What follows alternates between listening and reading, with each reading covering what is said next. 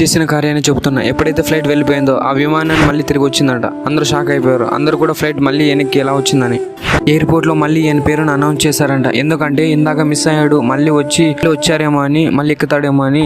ఆ టైంలో ఈయన బ్యాగ్ సర్దుకుని మళ్ళీ ఫ్లైట్ ఎక్కి దేశానికి వెళ్ళిపోయాడు. ఇది ఎందుకు ఎలా జరిగిందని ఎంక్వైరీ చేస్తే వాస్తవానికి భారతదేశానికి ఇంగ్లాండ్ దేశం నుండి ఒక రాజ కుటుంబంలో స్త్రీ భారతదేశానికి వచ్చింది. ఆమె కూడా తన ప్రయాణం చేసే ఫ్లైట్ లోనే ఉంది. ఫ్లైట్ వెళ్లే ముందు తన హోటల్లో విలువైన ఒక గోల్డ్ రింగ్ ఆ బాత్రూమ్ లో మర్చిపోయిందంట. ఆమెకి ఫ్లైట్ లో కూర్చున్నప్పుడు గుర్తుకు వచ్చింది. అది మామూలు రిమెంట్ కాదు, వారి యొక్క రాజ కుటుంబకుల నుంచి ఉండే రింగ్ కాబట్టి పైలట్ దగ్గరికి వెళ్ళి ఒకసారి విమానం వెనక్కి తిప్పగలరా అనింది. ఆ పైలట్లు ఇది బస్ కాదమ్మా, మళ్ళీ వెనక్కి తిప్పడానికి అన్నారు. ఆమె మీకు ఎంత కావాలని ఇస్తాను, ఎన్ని కోట్లు కావాలని ఇస్తాను, అది నాకు చాలా విలువైన అని అనింది. అలా చెప్పి ఆ విమానాన్ని మళ్ళీ వెనక్కి తెప్పించుకుంది. మళ్ళీ వచ్చి మళ్ళీ తీసుకుని వెళ్ళింది. అదే టైంలో దైవజనుడు ఆ ప్రాంతంలో ఉన్నాడు. ఆ ఫ్లైట్ ఎక్కి దేశానికి వెళ్ళిపోయాడు. ఎందుకు మాట చెప్తున్నాను తెలుసా? దేవుడు అన్నాడు, నమ్ముట నీ వల్లైతే నమ్మిన వానికి సమస్తం